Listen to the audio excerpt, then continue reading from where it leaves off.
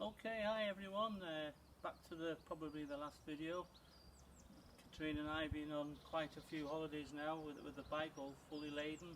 We've had no issues really, just one with the roll bag which I'll quickly just show you, which isn't really an issue, but yeah, we've done quite a few miles now, clocking them up, which is good. So here it is, this is what we've been out on. Like you said, what we've put is we put the F4 screen on. This is the 24-inch one. It did everything I wanted and reduced all the wind and everything. The only thing I did find in the rain, I would have preferred a 20-inch one with the flip. I found this one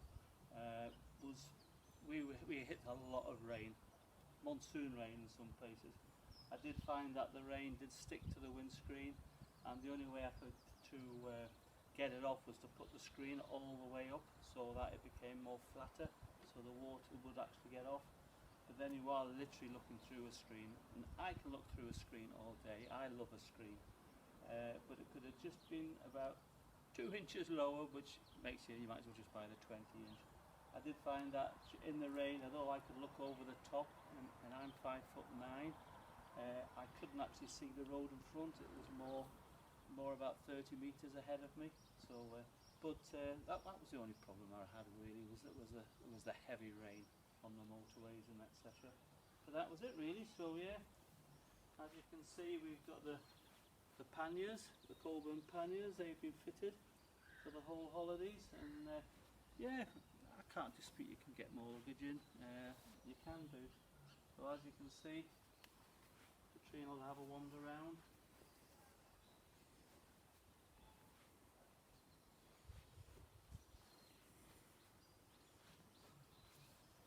Like I say, we fitted the extra lights on the back just so that it could be noticed a bit more. That was with the R1 light on the back. So yeah, so we used the snowboards and we used the roll bags.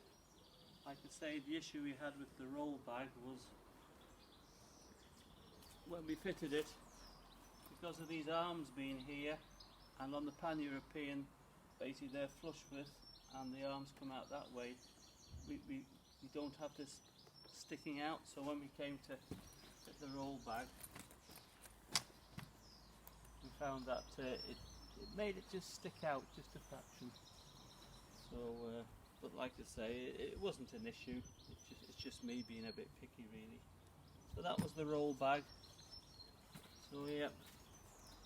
So what I'll quickly show you inside the pannier, like you say, what we're packing in now.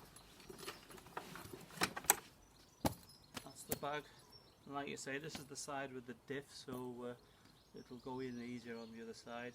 You have got to push it in and maybe punch it a few times, but just to take a bit of that funny complicated plastic in there.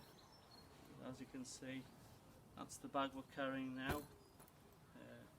Comparing it to the Honda one, as you can see, the Honda's got the black here. This is just one now. The only thing we did find, well, we didn't get a very good colour match, so this will be a winter job to get the colour match. I've been given the name of a company in the UK that assures me, and I've rung up that they can colour match spot on. So I'll be getting in touch with them later on.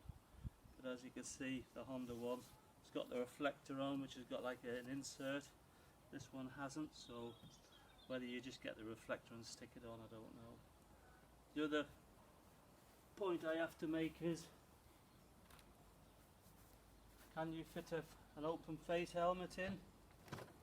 And I'm sorry, this is a BMW small open face, and no, I can't get it in. I've tried every which way, and so the Corbin doesn't give you the advantage of actually getting a helmet in, so just the added luggage. What I have noticed, what people have done, and I've done it as well, in the corner here on each side, people have got a bit of black plastic roof guttering and just cut it out and put it in the corner here and just siliconed it in. and then that gives you a nice little cubby hole here in the corner just to put all your tools or whatever. It stops them all coming out. So for the sake of just a few pence and a little bit of cutting and silicon it in, you can get quite a big it makes it nice and compact, and all this stuff doesn't roll around. That was a good idea, whoever put that on YouTube. So what we have got, I'll give you the weights of everything later on. What we have got in here, this is our travel bag. Just to quickly show you what we do carry in there. That's a waterproof jacket, trousers, waterproof jacket, trousers. That's a bike cover for overnight and tools. So that's what we carry in there, and like I say, that weighs 4 kg. So everything's just as it should really. What I will do, I'll quickly, if Country can walk over here, and then I'll just quickly tell you how much everything weighs. Someone asked me, you know, in my previous video we replaced this with a 6mm plate either side and 8mm over the top.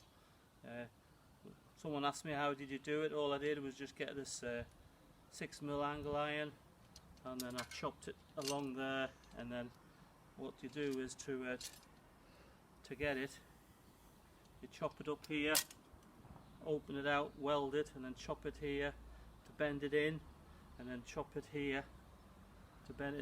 It's got 3 kinks in it, and then really by the time you've finished, you've wasted 50% of that metal. But like I say, but it all added up to taking the extra weight on the top. So the big question is, how heavy does it all weigh? And I'll run down with you. Right, so basically I'll quickly run through it. The snowboard was 2.6 kg. The block, which I've had to put in here, which takes the top box up because it wraps around the jivvy rack, that was 2.1. The BMW K16 arms were 3.9 kg, and the top box, which is the Honda ST1300 top box with the rack and everything, is 10 kg, which is quite heavy really. If you were just to put the Jivvy 56 litre box on the back, I think that box comes in at 5.5 kg. So really, when I add all that together, it comes to 18.6. So if we call that 19, basically, in a Jivvy box will do what you want. You're knocking 13 kg off straight away.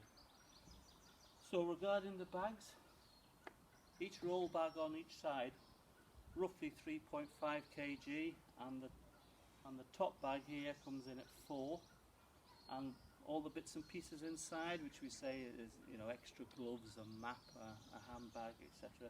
I've put a value of 3 kg on that, so all that comes to 14 kg. So we've got 19 really, and 14, that's everything on the top. So to me that's just an average weight for, well, not an average weight, it's probably over the top of it really, but it's a going concern with the weight. What I have to point out is the Honda touring bike, which has the top box on and the subframe. I'd love to know actually how heavy that weighs, the Honda top box and the subframe. So if you add that on, and then you add your bags inside and bags on top of the rack, you'll probably find we're up to 30 kg with that as well. So I think this is where Honda really needs to re-look at everything, and especially for the bagger, this frame here, why they just don't punch it out in 6mm and then just make everyone happy. It's going to add very little to the weight, and people can be a bit more reassured that they can add a nice big roll bag on the back, or a top box or whatever. But Honda really need to get their act together and upgrade this, and accept the fact that people do put weight on the back, even if it's a bagger. So that's it really. what I'll do is I'll put it on its main stand and just quickly show Katrine, who's been standing behind the camera there for the last 8 videos. I'll put it on its main stand and then we can say goodbye.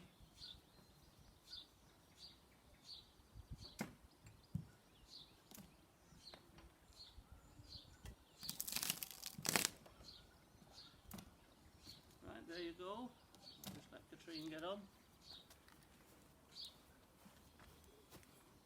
Right, I've got it.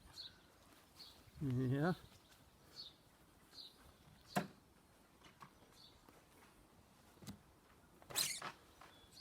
There we are. That's Katrine on the back, all ready to go on holiday. So yep, so there we go. So give it a wave and we'll go. See you around sometime.